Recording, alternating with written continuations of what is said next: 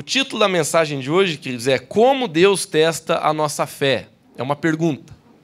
Como Deus testa a nossa fé? Talvez você diga assim, Lucas, eu nem sabia que Deus testava a fé.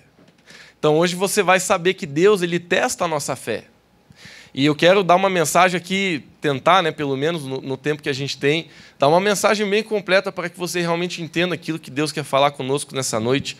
Mas, queridos, essa é uma verdade. A nossa fé ela é testada e você já vai saber por que ela é testada e como que ela é testada.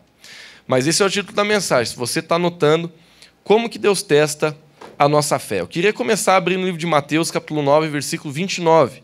Nós vamos abrir, se não me engano, em 11 textos bíblicos durante a mensagem toda hoje. Então, se você trouxe sua Bíblia, calibra o dedo aí para você achar rápido. Se você não trouxe, você pode achar no teu celular, ou se não, você pode acompanhar ali pelo nosso telão atrás. Mas vamos lá, Mateus 9, 29. Esse versículo é um versículo básico que diz assim: E ele, tocando nos olhos deles, disse que lhe seja feito segundo a fé que vocês têm. Essa é uma frase, queridos, que Jesus falou algumas vezes, ele não falou a esse momento só. Muitas vezes Jesus encontrava uma pessoa que estava à beira de uma necessidade. Na maioria das vezes era uma necessidade física. Então você que conhece a palavra, que lê a Bíblia, você sabe. Em alguns momentos Jesus encontrou pessoas que no final da situação ele falou, seja feita conforme a sua fé. Então eu quero chamar a tua atenção, antes de falar, eu vou falar de 4 pontos que Deus testa a nossa fé. Mas antes de entrar nesses 4 pontos, eu quero fazer um tipo de uma fundação antes de a gente começar a colocar as colunas. Queridos, olha só, nós precisamos entender que nós sempre vamos andar na realidade que a nossa fé está. Lucas, o que você está querendo dizer? A nossa expectativa é aquilo que encontra a realidade. Se você está esperando por algo, se você tem expectativa em alguma coisa, geralmente aquilo vai acontecer. Se você tem expectativa de ver uma coisa, geralmente você vai ver aquilo. Até por mal isso é verdade. Se você está esperando que uma coisa de ruim aconteça contigo, você já se assusta quando alguma coisa acontece. Eu estou dando risada, porque sempre os exemplos que eu lembro é exemplo ruim, né? Mas sabe, queridos, quantos aqui você já levou um cagaço de alguém, desculpa o termo, que você ia mexer num fio elétrico, alguma coisa, alguém sacaneia você, chega por trás e faz um barulhão. Porque na nossa vida muitas vezes é assim, se você está com a expectativa de alguma coisa, você já sabe que você pode levar um choque. Se alguém estoura alguma coisa perto de você, meu amigo, você vai levar um tamanho do susto. Eu vi um vídeo esses dias atrás que um cara ele entrou num lugar assim, onde ficava um monte de jacaré. Desculpa aí, queridos, aqui. É bem engraçado o vídeo.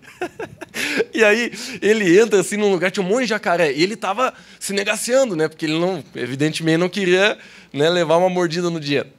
Aí tinha um cara que estava ajudando ele e ele deixa cair sem querer uma vassoura. Ela que eu não tenho um vídeo aqui para mostrar. Mas ele leva um susto, ele fica tão bravo com o servente ajudante dele ali, porque quando ele caiu a vassoura, ele pensou que era outra coisa. Eu estou usando esses exemplos para te dizer assim, se você tem expectativa de algo, isso por bom e por ruim, muitas vezes quando algo acontece, você já pensa que é aquilo. Você, como diz o ditado, você está no fim de um túnel.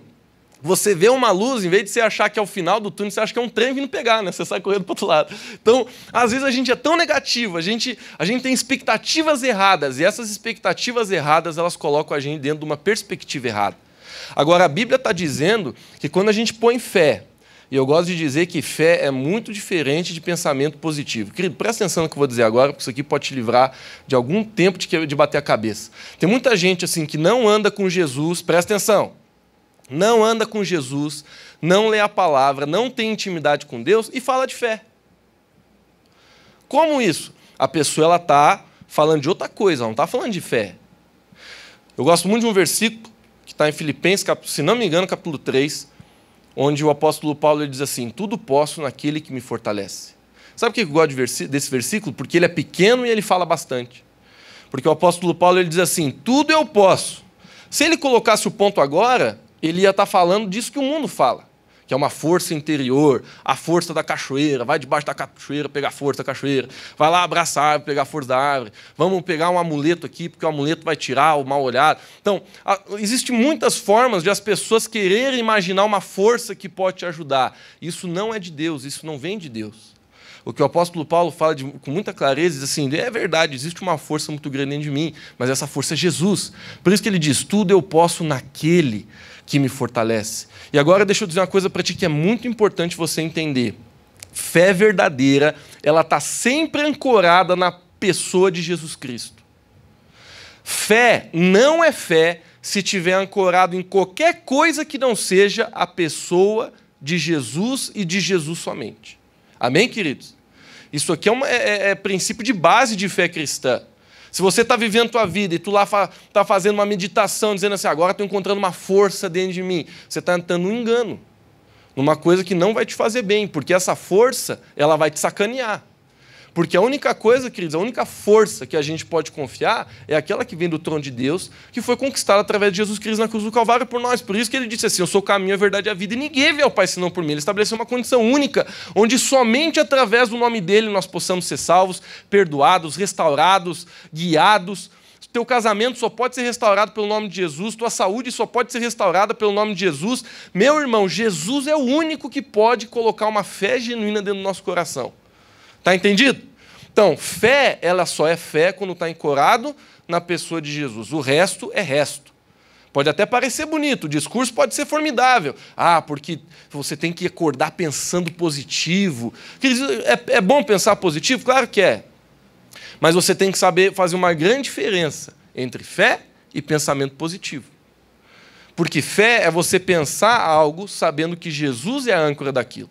Por exemplo, eu tenho fé que nesse ano essa igreja vai bombar. Amém?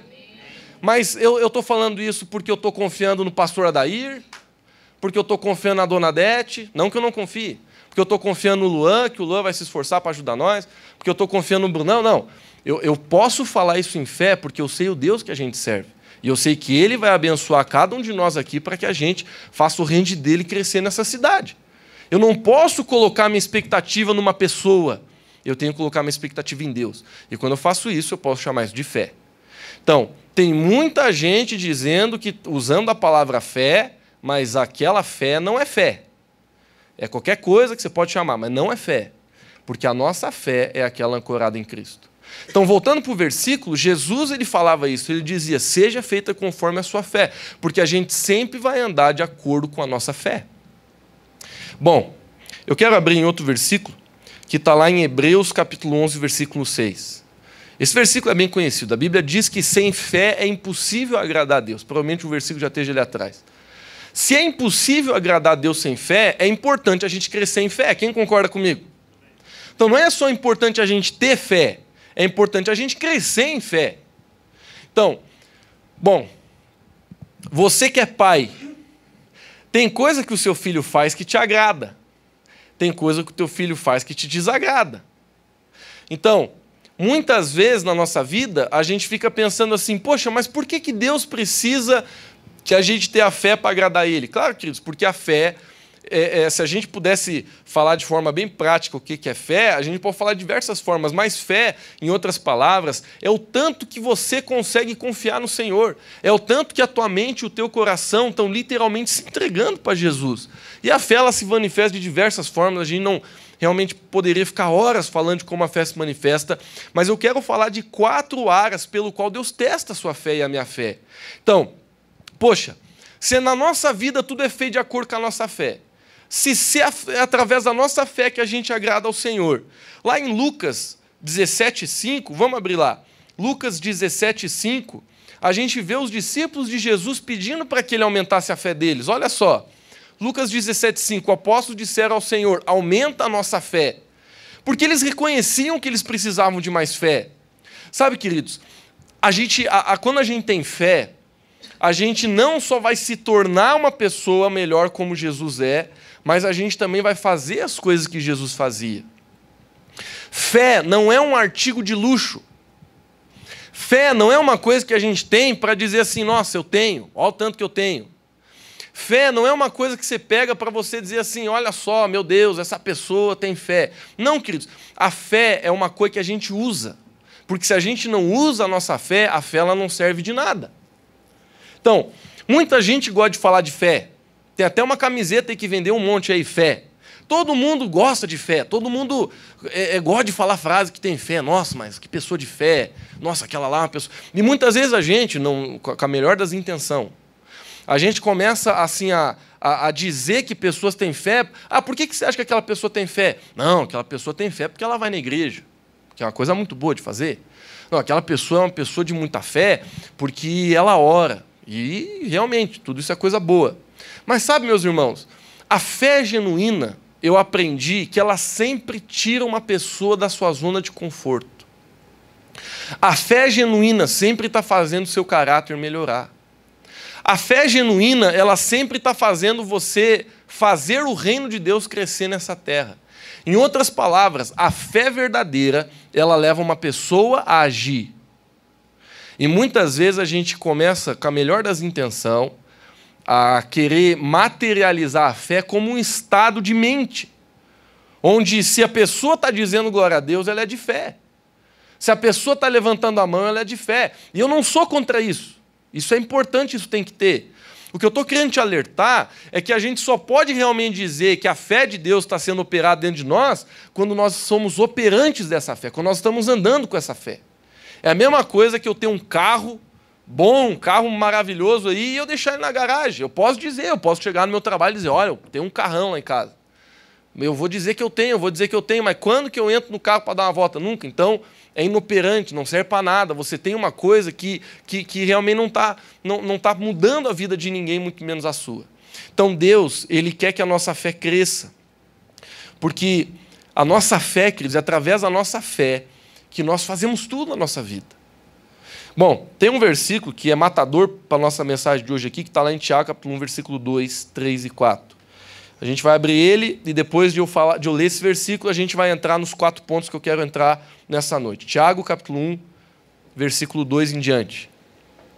Vamos ver se chega na tela aqui. Meus irmãos, esse versículo aqui é doidão. Considerem motivo de grande alegria o fato de passar por provações. O versículo é doidão. O apóstolo Tiago está dizendo em outras palavras, não tem outra interpretação, gente. Pode pegar no grego, no hebraico, no inglês, no português, qualquer tradução que você queira. Ele está falando assim, ó, fique feliz quando tiver bucha na tua vida. Ele está falando assim, ó, quando vir desafio, quando vir problema, tenha alegria dentro do teu coração. Aí ele explica no versículo 3, ele fala assim, ó, pois vocês sabem que a prova da sua fé produz perseverança. Então olha só, deixa aqui nesse versículo. Hoje o título da mensagem é Como que Deus testa a nossa fé. Esse versículo aqui, ele já está me ajudando a dizer que eu não estou falando nenhum tipo de heresia nessa noite. Porque a palavra de Deus está falando que existe uma prova, olha só, da sua fé, que acontece dentro de cada um de nós. E isso, essa prova da fé, ela produz algo, ela produz uma coisa boa. Então, queridos, muitas vezes na nossa vida a gente precisa passar por um processo para produzir alguma coisa. Quem trabalha na Klabin sabe como é que produz papel. Quem trabalha ali da avenida ali que eu esqueci, sabe produzir madeira. Quem trabalha em fábrica sabe que existe um processo para produzir alguma coisa. Se existe um processo para produzir a nossa fé, o Espírito Santo de Deus está falando através da palavra que muitas vezes existem provas que vão produzir algo dentro de nós, que vão produzir perseverança dentro de nós. Próximo versículo, fazendo favor. E a perseverança deve ter ação completa, a fim de que vocês sejam maduros e íntegros, sem lhes faltar coisa alguma. Próximo versículo. Se alguém de vocês tem falta de sabedoria, peça a Deus, que a todos dá livramento de boa vontade e lhe será concedida. Volta no 4 para mim, fazendo um favor, que eu quero só finalizar aqui, ó, dizendo assim, ó, queridos, a Bíblia está falando de uma perseverança que é produzida num teste da fé, e essa perseverança, eu gosto de explicar as coisas. Queridos, o que é perseverar? Em outras palavras, no nosso termo aqui de Otacílio, é aguentar o repuxo. Perseverança é a capacidade que você tem de permanecer numa situação sem desistir. Perseverança é você passar por uma depressão sem fazer nada que a depressão mandou fazer. Perseverança é você passar por uma fase ruim no teu casamento e não divorciar. Perseverança é você ser ofendido por alguém dentro da igreja e não sair da igreja. Perseverança é você estar lidando com um pecado que quer te destruir, mas você não abandona Deus, você continua firme para tentar vencer aquele pecado. Perseverança é uma pessoa te machucar 5 vezes na mesma coisa, e nas 5 vezes você perdoa, e nas 5 vezes você estende de misericórdia. Queridos, a perseverança, ela fala da sua capacidade de caráter, de permanecer com as decisões boas que você tomou. E não dar ouvido para os teus sentimentos para que você deixe e abandone aquela decisão. E a Bíblia está dizendo, queridos, que essa perseverança é produzida a fim de que a gente amadureça e seja pessoa de integridade. Está falando do caráter de Cristo. Queridos, não existe nada mais importante nessa vida do que eu e você deixar Jesus ser esculpido dentro de nós. Você encontra em versículo após versículo esse objetivo que Deus tem, que é a melhor coisa que Jesus quer dar para a gente, que é o seu próprio caráter. Querido, quanto mais a gente cresce no caráter de Cristo, mais a nossa vida ela é transformada em todas as áreas.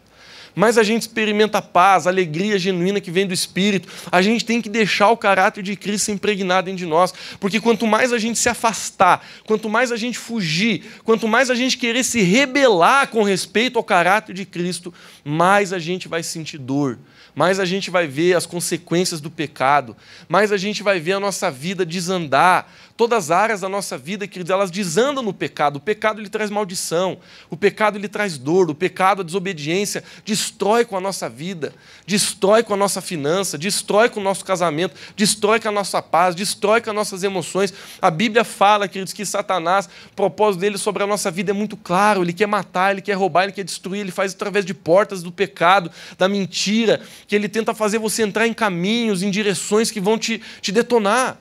Mas aqui a Bíblia está dizendo que existe um teste da nossa fé que vai produzir uma perseverança que vai transformar o nosso caráter. Eu espero que até esse ponto eu já tenha convencido você que essa mensagem é importante. Então agora eu vou falar de 4 pontos onde a nossa fé é testada. Eu vou entrar e começar agora. Primeiro deles, a nossa fé é testada através das nossas dificuldades. Essa você diz assim, nossa, eu já sabia. Sabia que ia vir esse aí. Esse ponto aí eu já tinha certeza. Então vamos lá. Lá em 1 Pedro 1,6, vamos ler esse versículo. 1 Pedro 1,6. Deixa eu só saber se essa mensagem, se esse ponto se aplica para alguém. Alguém aqui passa por problema, dificuldade? Levanta a mão, só para mim ver. Então dá de pregar esse ponto. Você não ia passar para o próximo. Porque eu pensei assim, não, certo? Isso aqui eu acho que liguei. Então vamos ficar nesse. Quem quer ficar nesse aqui um pouquinho? Então vamos lá. 1 Pedro 1,6, olha o que a Bíblia diz. Nisso vocês exultam, ainda que agora, por um pouco de tempo, devam ser entristecidos por todo tipo de provação. Assim acontece para que fique comprovado que a fé que vocês têm, muito mais valiosa do que o ouro que perece, mesmo que refinado pelo fogo, é genuína e resultará em louvor, glória e honra quando Jesus Cristo for revelado. Queridos, o que esse versículo está dizendo? Está falando assim, ó, eu vou traduzir aqui para a gente.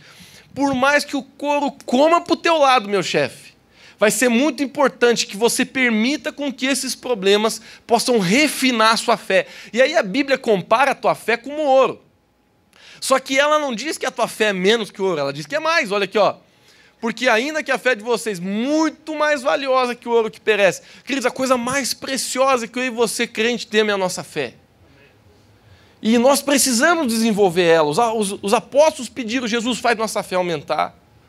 Jesus ele falou que é que de acordo com a nossa fé que as coisas acontecem na nossa vida. E agora a gente está lendo aqui, queridos, que o apóstolo Pedro, ele fala, a gente vai passar por dificuldades. E essas dificuldades, assim como o fogo, ele forja o ouro, assim como o fogo, ele purifica o ouro, muitas vezes problemas que a gente passa na nossa vida têm o poder de forjar a nossa fé.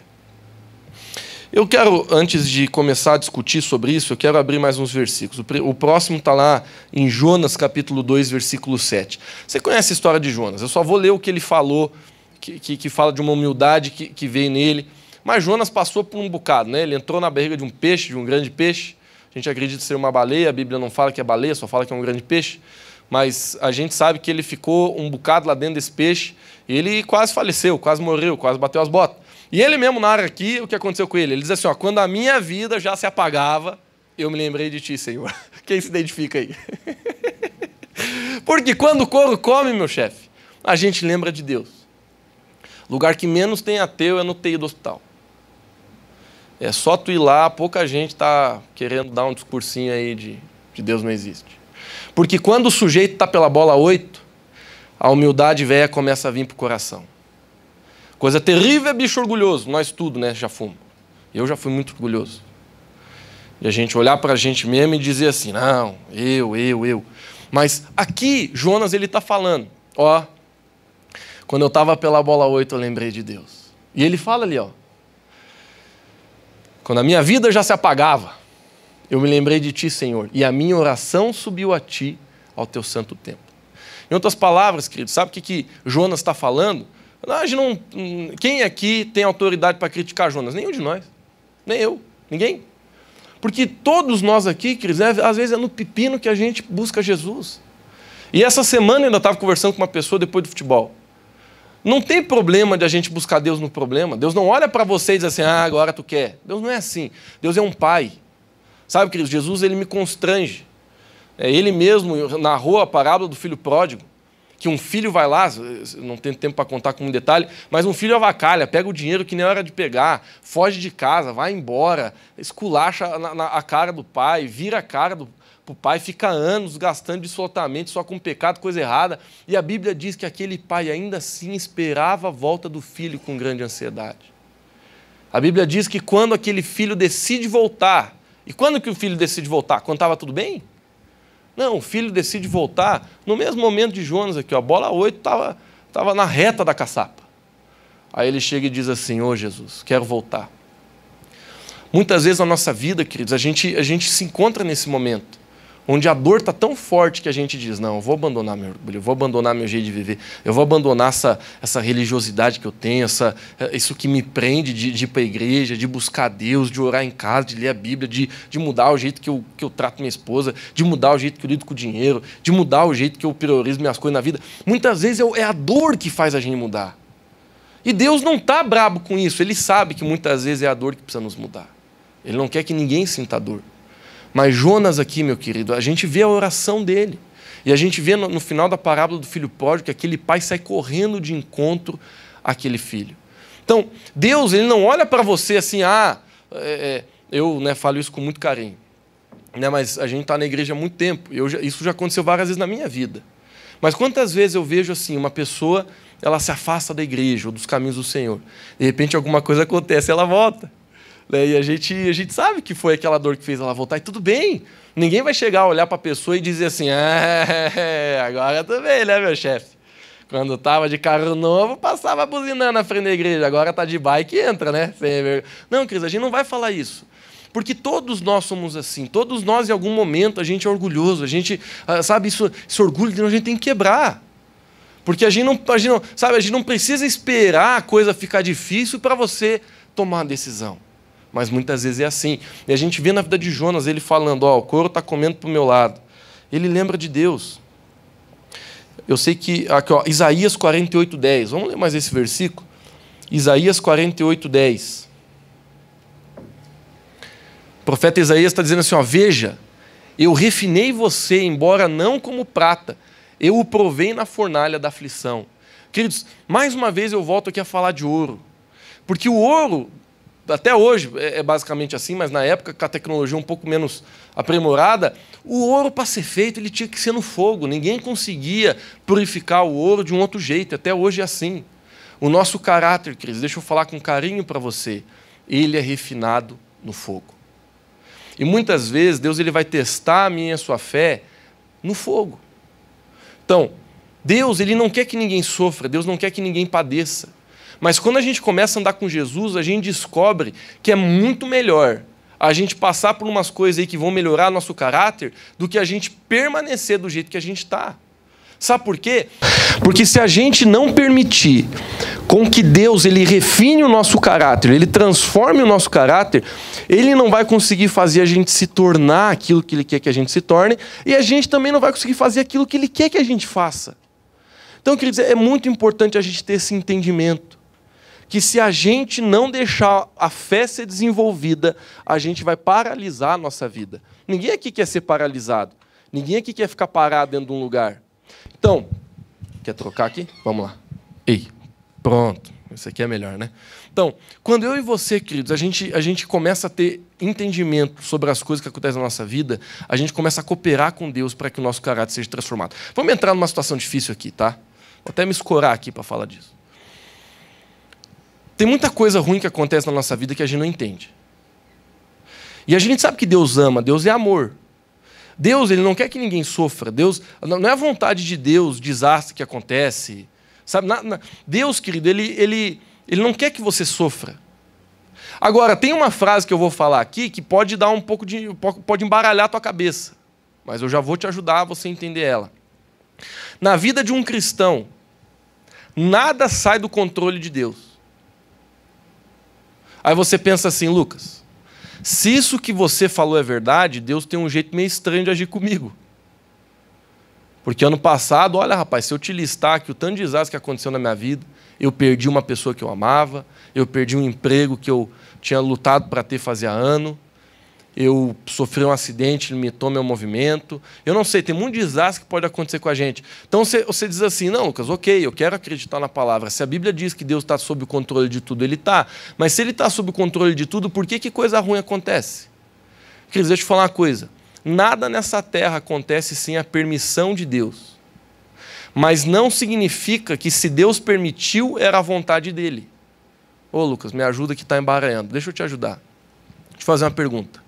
Me responde sim ou não. É a vontade de Deus que pessoas pereçam? Sim ou não? Não. Pessoas estão perecendo? Sim ou não? Sim. Então por que pessoas estão perecendo, sendo que a vontade de Deus é que não pereça? É porque nós estamos num mundo que a Bíblia diz que jaz do maligno. Esse é um dos motivos pelo qual, inclusive, que Jesus quer nos tirar dele. Jesus não quer matar você, mas Deus tem um propósito para a sua vida quando você morrer. Deus tem um propósito para você enquanto você está vivo. Mas o propósito de Deus para a sua vida também existe depois que você deixar essa vida aqui. Então, nessa vida que nós estamos, que inclusive a Bíblia diz que ela passa como a neblina, nós temos sofrimento, nós passamos por circunstâncias. Jesus falou, no mundo vocês passarão por aflições, mas tende bom ânimo, eu venci o mundo. Então, nada acontece sem a permissão de Deus. Mas nem tudo que Deus permite é a vontade dele. Então, muitas vezes coisas ruins podem acontecer com você. Você pode ser vítima de uma pessoa que foi mal intencionada e te abusou sexualmente. Você pode ser vítima de uma pessoa que bebeu demais e foi dirigir e bateu no seu carro de alguém que se amava. Nós podemos passar por coisas na nossa vida, queridos, que não eram a vontade de Deus. Mas Deus, aqui que está o tchan. Deus é tão poderoso, tão maravilhoso, tão grande, Ele é tão soberano, que Ele vai usar todas as coisas que você passar na sua vida para construir o seu caráter e fazer essa fé, que é mais preciosa que o ouro, continuar sendo refinada dentro do teu coração e da tua vida. Queridos, é importantíssimo você entender isso, porque nós vamos passar por circunstâncias. Querido, quando eu falo que Deus testa a sua fé através dos problemas, problemas sempre vão existir. Quando eles param de acontecer numa área, eles começam em outra. Problemas sempre vão fazer parte da nossa vida, mas eu e você, nós precisamos ter o discernimento desses homens de Deus que a gente acabou de ler, quando a gente compreende que, ok, eu vou passar por circunstâncias, mas eu preciso aproveitar elas, para que cada problema que eu passe, faça eu me tornar uma pessoa melhor, para que cada situação que eu passe, possa refinar mais a minha fé, para que eu me torne uma pessoa muito mais próxima de Deus.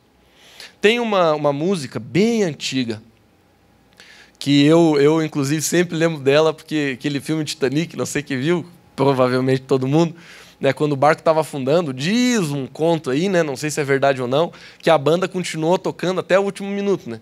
E no filme lá, eu não sei que momento, estava lá o Jack correndo, tentando salvar a Rose, sei lá o que estava rolando, e de repente passa a câmera assim na banda e eles estavam tocando aquela música, ainda que seja, né, a dor que me atraia para ti. A minha mãe gosta muito dessa música, ela chorava assim vendo o Titanic. Mas sabe, queridos, a letra dessa música ela tem que fazer a gente pensar. Onde é que uma pessoa chegou no seu relacionamento com Deus a ponto de preferir uma dor que leva ela para perto de Deus do que uma alegria que afasta ela de Deus? Eu não estou dizendo que a alegria afasta de Deus. O que eu estou dizendo é que uma pessoa, ela conheceu tanto a Deus que ela chegou à conclusão que era preferível ela passar por problemas que levassem ela para mais perto de Deus do que ela ter uma vida que afastasse ela de Deus. O que estou querendo despertar o teu coração é para você entender, queridos, que quando a gente compreende a verdade, a gente vai entrar nessa realidade. Eu não estou falando que a vida é para ser ruim. Eu não estou falando que a vida cristã é de dor. Eu não estou falando que Deus quer dor para a tua vida. Não é isso que eu estou dizendo. O que eu estou dizendo, queridos, é que Deus ele tem uma vida maravilhosa para você, mas a dor é inevitável. Os problemas, eles vão vir. E esses problemas, eles vão testar o teu coração. Eles vão purificar você, para que você tenha um caráter renovado, para que você cresça na sua vida e para que depois que você passe por aquele pepino, você diga, rapaz, passei, estou melhor, estou mais puro, olha o meu caráter como mudou. Eu acredito que qualquer pessoa aqui pode, pelo menos, dar um testemunho a respeito de um problema que você passou e que te melhorou. As fases difíceis da nossa vida são aquelas que fazem a gente ficar mais forte. Por exemplo, um casamento forte não é aquele que nunca passou por problema. Ó, pastor, o meu casamento aqui, o senhor tem que ver, é uma rocha inabalável, não tem problema. Não, meu amigo.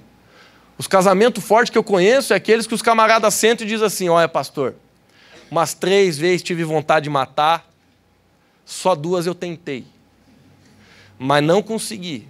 O Senhor veio com a sua mão poderosa na minha vida, me salvou, me guardou, e olha, quase se matemos, mas hoje tem tanto testemunho, Deus restaurou, Deus colocou a mão dele, e hoje a gente é forte. Sabe, queridos, a força, ela não vem do quão bom você é. Por isso que a Bíblia diz que é na nossa fraqueza que Deus aperfeiçoa a sua força. Porque quando a gente tem problema e a gente deixa Deus agir, aí que está o pepino, porque muita gente não deixa Deus agir. Continua vivendo do jeito que virou guidão. Mas se você deixa Jesus assumir o controle da sua vida, da sua boca, das suas decisões, Ele vai começar a aproveitar tudo que você está passando para fazer você uma pessoa melhor. E vai valer a pena. Eu sei que é chato falar para as pessoas que estão lá, mas olha para a pessoa que está do seu lado e só fala isso, diz assim, vai valer a pena. Anima ela, diz, vai valer a pena. Ponto 2. Deus testa a nossa fé através dos seus mandamentos. Querido, olha só. No Novo Testamento, tem aproximadamente 1050 mandamentos de Deus para a nossa vida. Eu não estou falando dos 10 mandamentos. Eu estou falando assim, direções de Deus para a nossa vida. Coisas que Deus fala para a gente fazer. Aproximadamente 1050 só no Novo Testamento. Então, vamos largar os problemas agora da vida e vamos falar agora do nosso caráter. Obediência e desobediência.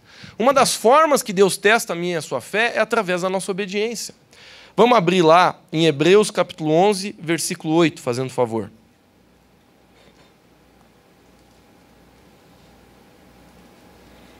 Aqui a gente vai ver Abraão. A Bíblia diz que pela fé, Abraão, quando chamado, obedeceu e dirigiu-se a um lugar que mais tarde receberia como herança, embora não soubesse para onde estava indo. Abraão já é chamado o pai da fé, porque Deus deu uma promessa para ele que através da geração dele, Deus suscitaria a nação santa, que foi a nação de Israel que a gente lê no Velho Testamento. E a gente vê aqui, queridos, nesse versículo de forma bem direta, a Bíblia dizendo que foi pela fé que Abraão, quando recebeu o mandamento de Deus, ele obedeceu. Se você conhece a história de Abraão, você sabe que a tarefa que Deus deu para ele não foi nada fácil. Deus ele pediu nada mais do que a sua promessa, seu filho, seu próprio filho e único filho. A gente sabe que existe uma tipologia de Jesus aí, porque está remetendo isso para Cristo, porque Jesus também era o único filho de Deus. Mas a gente vê, queridos, claramente nesse versículo, que é através da fé que eu e você temos a capacidade de obedecer, ou no caso da falta dela, desobedecer. Então, se eu e você não crescemos em fé, também não vamos crescer em obediência. E a gente sabe, queridos, que é só através da obediência que a gente vai conseguir chegar em algum lugar na nossa vida. A gente pode ver a história de algumas pessoas na Bíblia que foram radicalmente obedientes. Por exemplo, Deus chega para um camarada chamado Noé dizendo assim, Noé, eu sei que não chove faz um tempo, mas faz o seguinte aí, constrói uma arca para nós. Noé diz assim, ô Senhor, você sabe que nós somos parça, mas não chove muito. A gente vai usar para quê essa arca aí? Ele falou, confia em mim. Deus dá uma visão para Noé do que ia acontecer no futuro. Noé fica décadas desconstruindo uma arca que todas as pessoas, quando acordavam, riam da cara dele. Noé era conhecido como louco. Louco. Noé, na sua cidade, na sua região, era conhecido como uma pessoa que não batia bem da cachuleta. Porque não tinha sentido aquilo que ele fazia. Mas Noé, em fé, obedeceu a Deus. No final da história, tu vê nos filmes e lê na Bíblia. A gente encontra pessoas como Davi, que olhando para os seus músculos não dava muita coisa, mas ele pula num cara de 1,92 m de altura, chamado Golias. E ele mata esse cara com uma pedrada na cabeça. Fé é você aprender a obedecer mesmo quando as suas circunstâncias dizem para você não fazer aquilo. Deus, ele vai testar a sua fé através da sua obediência. Queridos, deixa eu dizer uma coisa para ti. A Bíblia está cheia de mandamentos de Deus para nós. Por exemplo, em Mateus capítulo 28, Jesus ele dá uma missão para a igreja. Não foi uma... Jesus ele não disse assim, ó, pessoal, eu não quero muito incomodar vocês, eu sei que aqui em Otacílio o trabalho pega, eu sei que temos que viver. Deus o livre.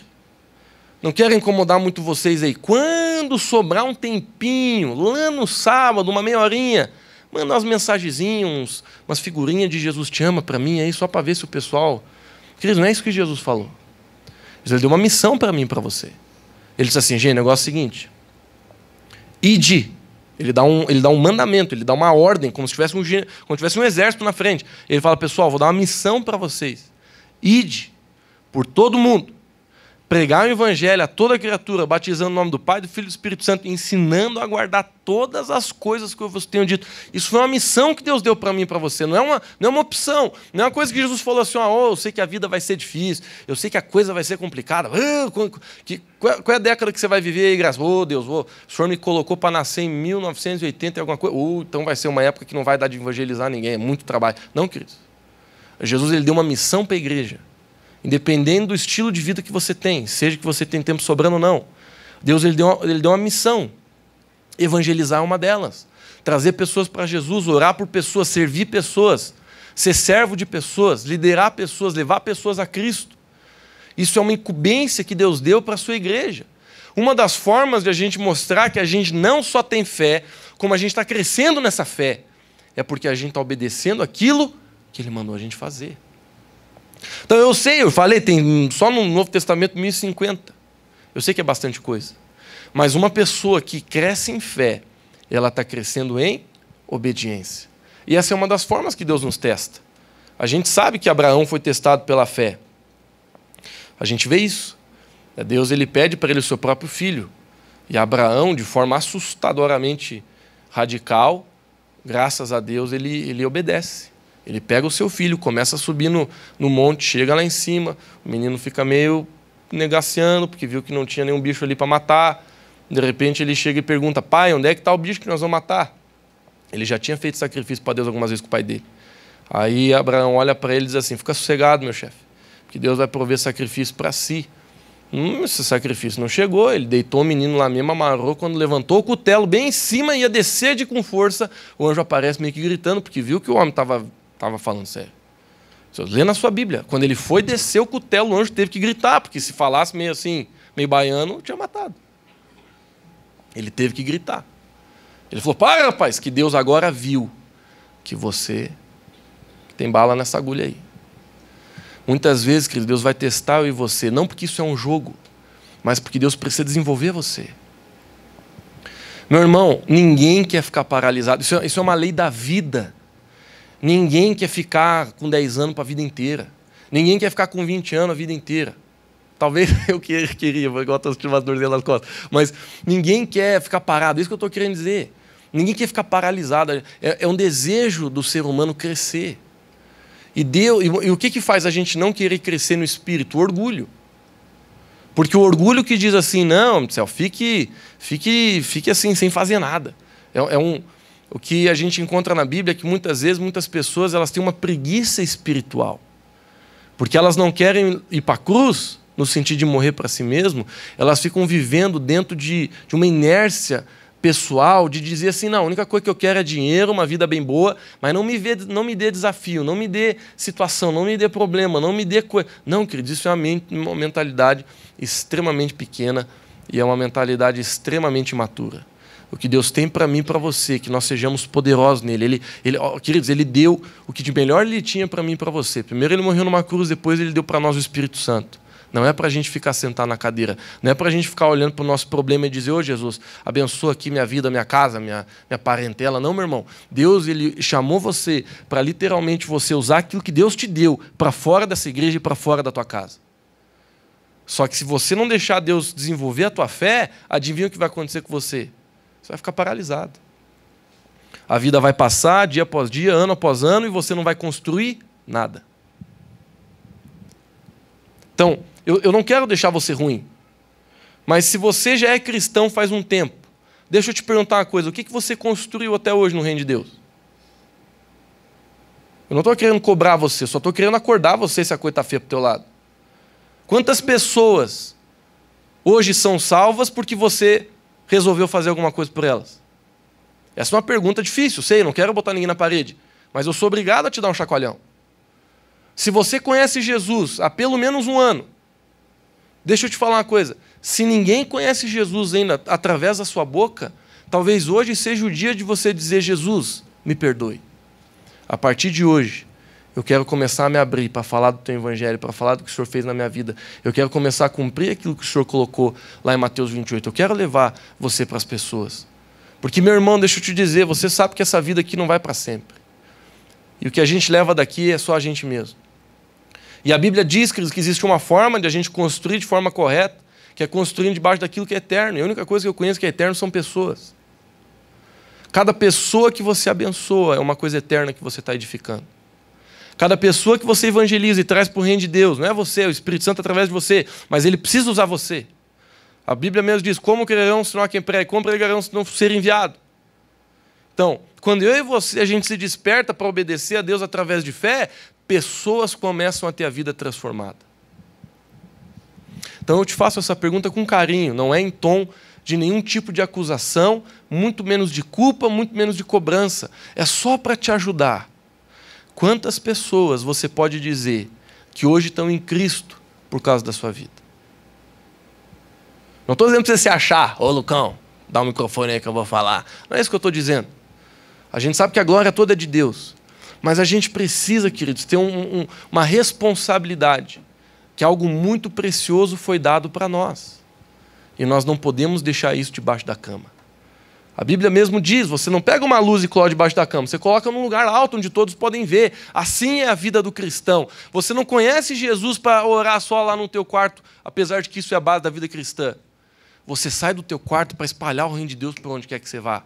Onde você trabalha, onde você estuda, onde você faz academia. Você leva Jesus. Bom, a gente já falou que Deus testa a nossa fé através dos nossos problemas e dificuldades.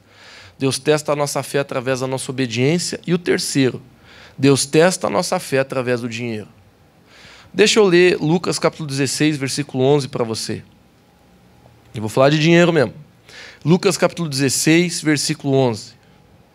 Assim, se vocês não forem dignos de confiança em lidar com as riquezas deste mundo ímpio, quem lhes confiará as verdadeiras riquezas? Querido, olha só, uma pessoa mundana, uma pessoa que não anda com Deus, que não tem relação com Deus, ela tende a achar que a coisa mais importante dessa vida é ter dinheiro. Jesus aqui, ele está dando na cara do amor ao dinheiro. Eu vou fazer um parênteses aqui. A Bíblia diz que as ruas do céu são de ouro. Muita gente lê esse versículo e diz assim: oh, meu chefe, não é lá que eu quero morar, imagina aqui, pisando no ouro. A pessoa não entendeu. Na verdade, o que Deus está querendo dizer nesse versículo é dizendo assim: ó, aquilo que para vocês aí é tudo, lá não é nada. O que a gente faz rua aqui na terra? A gente só faz rua aqui com coisa que não tem valor. É pedra, é um asfalto lá, mistura, e você vai fazendo as ruas. Você já viu alguém com uma marreta tentando tirar um pedaço de asfalto para levar para casa, assim, porque, nossa, que valioso esse asfalto? Não, porque não tem muito valor. Jesus está dizendo assim, ó, lá no céu, esse ouro, que esse mundo está louco de atrás, lá não vale nada. Não tem valor nenhum. Sabe, queridos, aqui nesse versículo, olha o que a Bíblia está dizendo. Assim, se vocês não forem dignos de... Eu vou parafrasear para te ajudar, tá? Se vocês não forem dignos de confiança em lidar com dinheiro desse mundo, que não vale nada no reino de Deus. Está ali, ó, não é eu que estou falando. Se você ler de novo, é exatamente isso que está falando. Ó, dignos de confiança em lidar com as riquezas deste mundo. Vírgula. Quem lhes confiará as verdadeiras riquezas? Porque as verdadeiras riquezas não é esse dinheiro. As verdadeiras riquezas são as riquezas do reino de Deus, querido. São as revelações da palavra de Deus. É a presença de Deus de uma forma que que transforma completamente a nossa vida. Queridos, uma pessoa que anda na presença de Deus, ela fala de boca cheia, não existe nada melhor, não existe nada mais precioso do que a presença de Deus na minha vida. Quando você lê a palavra, você lê relatos de homens, de mulheres de Deus que tiveram encontros com a presença, com a revelação de Jesus, elas não trocam aquilo por nada, elas não trocam aquilo por bilhete da Mega Sena premiado, eles não trocam aquilo por sonho, elas não trocam por nada, queridos, porque quem conhece a presença, quem conhece a revelação do Senhor Jesus, não troca aquilo por absolutamente nada. E a Bíblia está dizendo aqui que se você não sabe lidar com o teu dinheiro, você não vai ser confiado coisas mais preciosas. Deixa eu falar uma coisa para ti, queridos. Deus, Ele testa eu e você pelo aquilo que Ele nos dá. Eu quero falar uma coisa pior. Muitas vezes Deus não dá mais, porque se Ele dá, você se acaba. Na minha vida eu já vi isso. Muitas vezes Deus não pode aumentar a autoridade na minha vida porque eu não tinha caráter para carregar a autoridade. Deus não podia aumentar a unção na minha vida porque eu não tinha caráter para carregar aquela unção. Deus, Ele nunca vai aumentar um recurso na tua vida se aquilo vai fazer mal para você. Deus não está te punindo, Ele está te protegendo. Aí você diz assim, ô Deus, como é que é? O Senhor não vai me abençoar, o Senhor não vai abençoar as minhas finanças, o Senhor não vai abençoar a minha casa. Quando que o Senhor vai fazer eu ter dinheiro? Quando que o Senhor vai fazer eu ter recurso? Você está lá brigando com Deus e Deus, conhecendo o teu coração, Ele sabe que se o dia que tu tiver dinheiro, tu sai da igreja. Não estou falando de um exemplo, tá, Cristo? Não estou falando de você. Estou falando de gente que não está aqui hoje. Então, muitas vezes, querido, a gente tem que entender que a realidade do nosso coração escondido é essa. Quantas pessoas, eu falo isso com carinho, tá? Mas eu vi um vídeo na internet, eu tenho que parar de ver esses vídeos. Mas esses dias eu vi um vídeo, uma câmera escondida, de uns amigos fazendo uma sacanagem com um cara. Eles pegam um bilhete premiado, falso, e eles dizem pro cara que ele ganhou. E na hora que eles dizem, ó, cara, eu acho que tu ganhou, confere aí. E aí o cara pega e ele vê que ele ganhou. É um bilhete falso. Estava lá que tinha ganhado. Meu amigo, esse rapaz no vídeo, ele virou. Porque daí tinha a namorada dele ali, ele já falou, e também não quero mais saber de você, e eu tô te traindo mesmo. E os amigos dele, e eu sei que você também ficou com a minha namorada, você é um vagabundo. Começou uma briga generalizada na sala, um pau comendo, assim, total. De repente, todo mundo ficou assim apavorado e falou, homem, isso é uma brincadeira, você não ganhou nada, homem. Aí ele olha, isso é falso, e a menina sai chorando, os caras saem batendo. Eu olhei aquilo e falei, Jesus, como o dinheiro muda as pessoas. Tem aquela piada, né, que o cara chega em casa e diz assim, mulher, faça tuas malas, ganhamos na Mega Sena. Aí a mulher olha e diz assim, amém, querido, para onde é que nós vamos? Você eu não sei. Mas eu tô indo para Paris, pega tuas malas e se arranque daqui. Sabe, meus irmãos, às vezes as pessoas acham que é a dor que prova o coração. Deixa eu te dizer que o que prova o teu coração são tuas vitórias, não são tuas derrotas. Porque a tua derrota quebra o teu orgulho. A tua vitória mostra quem tu é. Tem gente que, olha, eu falo isso com carinho, mas eu nasci dentro da igreja, então eu sei o que eu estou falando. Quantas pessoas, rapaz, quando estava desempregado, não faltava reunião de oração. Quando estava desempregado, não perdia um culto. Quando estava desempregado, mais orava, buscava, chorava, quebrantava. Era uma maravilha na presença. Achou um trabalho. Some o sujeito. Queridos, eu não estou dizendo que Deus... Sabe, Deus, Ele quer abençoar a tua vida. Tem muita gente que acha que crente tem que ser pobre. Isso é ridículo, é mentiroso e não está na palavra de Deus. Deus, Ele quer que você prospere. Mas o que a gente está tratando aqui, queridos, é que muitas vezes Deus, Ele vai testar o teu coração com aquilo que Ele te dá. E muita gente que eu vejo, quando não tem nada, muitas vezes o camarada é fiel. Quando começa a ter... Sabe, queridos, eu quero falar uma coisa com carinho para vocês. Sabe quais as pessoas que eu vejo que são mais fiéis em dízimo e oferta? Aquelas que menos têm. Camarada ganha 1, 2 salários mínimos, é fiel na oferta. Não estou falando que é geral isso. Mas se pegar numa proporção, camarada ganha 1, 2 salários mínimos, o cara é fiel na oferta, o cara é fiel no dízimo, o cara é temente a Deus. Aí o camarada vai lá, ganha 10, 15, 20 salário mínimo, o cara não é dizimista, o cara não acredita em Deus, o cara não confia no Senhor o dinheiro. Isso é coisa, queridos, aqui nessa igreja, graças a Deus, e a teologia do nosso pastor Hugo Schmidt, a gente não fica vendo quem dá e não dá. Não tem ali no corredor um quadro dizendo quem é dizimista ou não, porque a gente sabe que isso é você e Deus. Se você é fiel com Deus, você é fiel com Deus, não comigo, não com a comunidade. Apesar de que eu acho uma enorme de uma pessoa ser sem noção, ela congregar numa igreja e não ajudar. Eu acho que é ridículo. Se você paga uma mensalidade dentro de um curso de inglês para pagar o professor, por que você não ajuda dentro da igreja onde você congrega, onde tua família é transformada, onde teus filhos crescem ouvindo a palavra de Deus, né? Só fazendo um parênteses aqui. Não é nem a pessoa não crer na palavra, ela também é ser sem noção.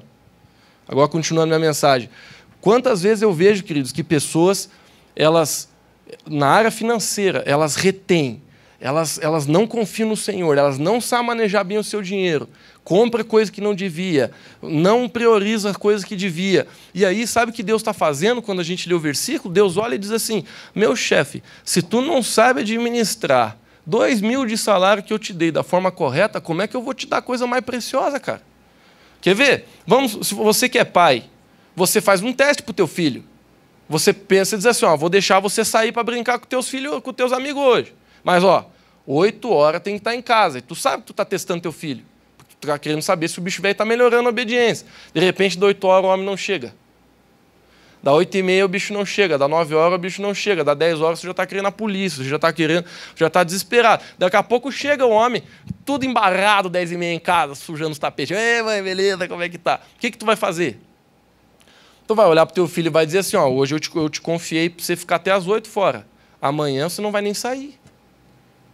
Por quê? Porque muitas vezes, querido, você como pai, você está testando o teu filho para saber se tu pode confiar nele. Estou falando certo ou não estou? Você quer desenvolver o caráter do teu filho, você quer saber se o bicho já pode. Por exemplo, primeira vez que o seu pai deixou você dirigir. Provavelmente ele ficou do lado. E ainda ficou ali, ó, pode tirar o pezinho aí do acelerador. Ele ficou andando alguns quilômetros contigo até ele deixar você sair sozinho. Por quê, queridos? Porque quem ama não entrega um carro do nada assim, ó. Ó, sabe dirigir? Não sei. Pega a chave, quero ver 100 por hora aqui na avenida. Não. Se você ama, tu chega e diz assim, ó, pega a chave, deixa eu sentar do teu lado, deixa eu andar com você até eu ver que eu posso confiar em você. Porque eu amo você. E eu não quero que você se mate. Queridos, eu estou dando um exemplo. Deus, por que Ele testa a gente? Porque Deus ele não vai dar uma coisa para você que te mate. Então, deixa eu te falar uma coisa. Os teus recursos, eles estão testando a sua fé. E por último, para a gente finalizar, o último teste de fé. Não é só esses 4, tá, queridos? Mas talvez eles sejam os principais. Deus testa a nossa fé através de atrasos. Eu quero ler Deuteronômio 8:2. Fazendo favor.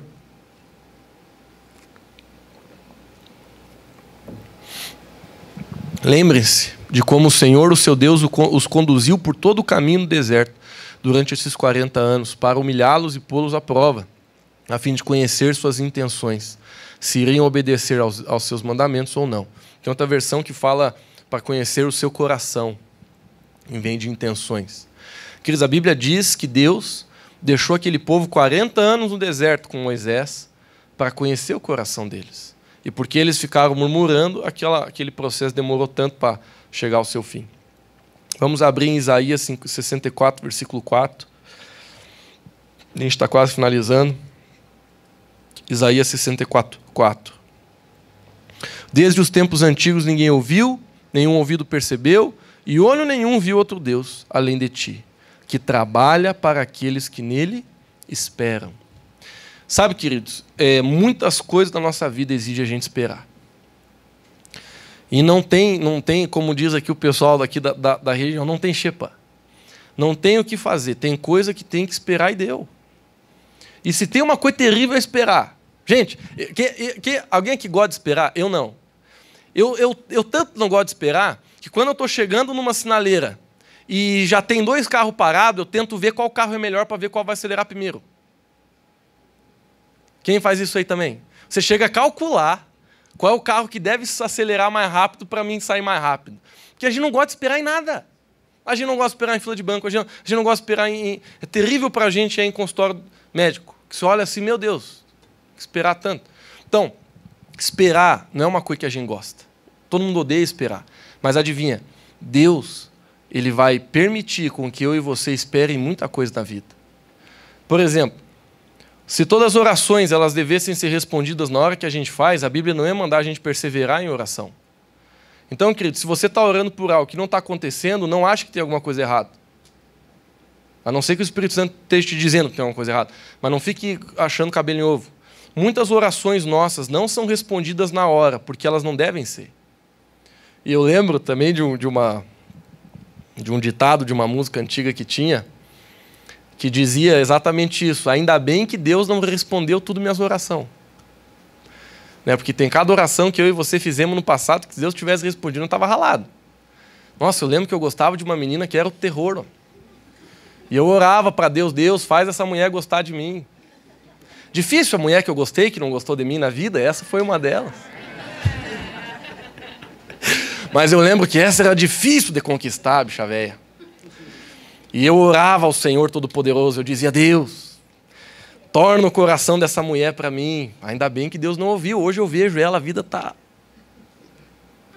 Que Deus abençoe lá onde está. Mas não deu liga. Imagina se tivesse casado com aquela mulher. Então, muitas vezes, a gente, né, no sentimento do momento, a gente faz umas orações meia doida. Mas Jesus, Ele conhece o que é melhor para você. Então, querido, continue orando. Mas creia que nem toda oração que você faz é a que você deveria estar fazendo. Por isso que a Bíblia diz que a gente deve aprender a orar como convém. Então, quanto mais a gente anda com Deus, lê a Bíblia, a gente vai aprendendo a orar como convém. Porque senão a gente pede umas coisas que se pedir, se Deus responder, nós estamos ralados. Mas, queridos, para finalizar, a espera faz parte do teste da fé. Talvez você esteja esperando uma promoção, um romper na tua vida. Você esteja esperando algo há muito tempo acontecer. Continua orando, continua buscando a Deus. Deus está produzindo caráter, Deus está produzindo perseverança dentro de você. Sabe, queridos, eu creio que a fé verdadeira é aquela que excede qualquer racionalidade humana. E eu quero dar um versículo para você para exemplificar isso que eu estou falando. Tem um versículo em Hebreus, se não me engano é o capítulo 11, que tem um versículo pegadinha do malandro, que ela fala assim, ó, e Abraão, crendo que Deus teria poder para ressuscitar o seu filho dentre os mortos, obedeceu. Esse versículo não está lá em Gênesis, mas está lá em Hebreus. Centenas e centenas de anos que aquele fato tinha acontecido.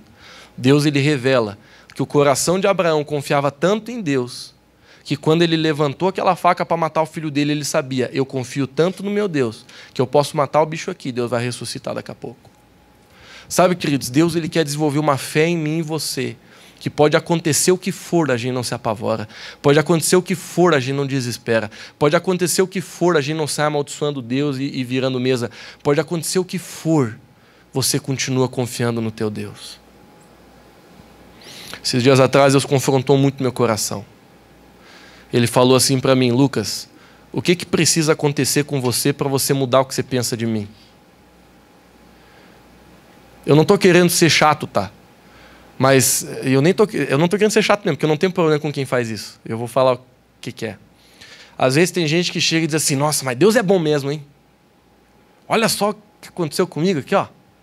Passei por aquele lugar lá, rapaz, olha, passei no meio aqui, ó, meu pneu não furou. 10 carros passaram, o meu foi o único que não furou. Mas Deus é bom mesmo, né? E eu sei, eu não estou criticando essa pessoa. Eu falaria isso se eu passasse.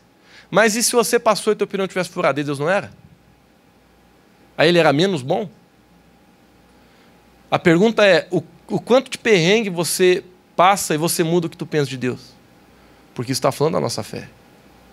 Sabe, queridos, Deus, ele foi igualmente bom no melhor e no pior dia da sua vida. Eu sei que isso aqui pode bugar um pouco contigo. Mas se você começar a viver por essa perspectiva, você vai começar a caminhar em direção daquilo que a Bíblia chama de fé. Jó, ele foi um homem que passou por muita coisa, mas a Bíblia diz, em tudo que Jó passou, não pecou contra Deus. Ele reclamou, ele brigou com Deus, mas não pecou contra Deus. Não amaldiçoou seu Deus, não abandonou sua fé. Ele brigava com Deus, ele dizia, Deus, eu não estou entendendo nada, por quê? Porque ele chorava, ele gritava, ele esperneava, mas a Bíblia diz que em tudo Jó não pecou contra Deus. Isso é fé. A gente vai passar por muita coisa que vai fazer a gente chorar, que vai fazer a gente até espernear. Mas Deus quer construir um caráter tão forte em nós, queridos, que nada que a gente passe vai fazer a gente abandonar Ele. Porque no final do dia, Ele é bom. E Ele sempre foi bom. No final do mês, sendo que acabou no vermelho ou não, Ele é bom. E Ele sempre foi bom. Se você perdeu aquele bebê na sua barriga ou não, Ele é bom. Ele sempre foi bom. Se aquela pessoa que você amava te traiu ou não, Ele é bom. E Ele sempre foi bom. E quando a gente consegue, queridos, literalmente, colocar a nossa confiança no Senhor, dessa forma, onde a gente diz, Deus, não importa o que os meus olhos verem, eu vou crer no que a Tua palavra diz. É nesse momento que a tua fé está sendo refinada. Amém, queridos? Quero convidar você a ficar de pé.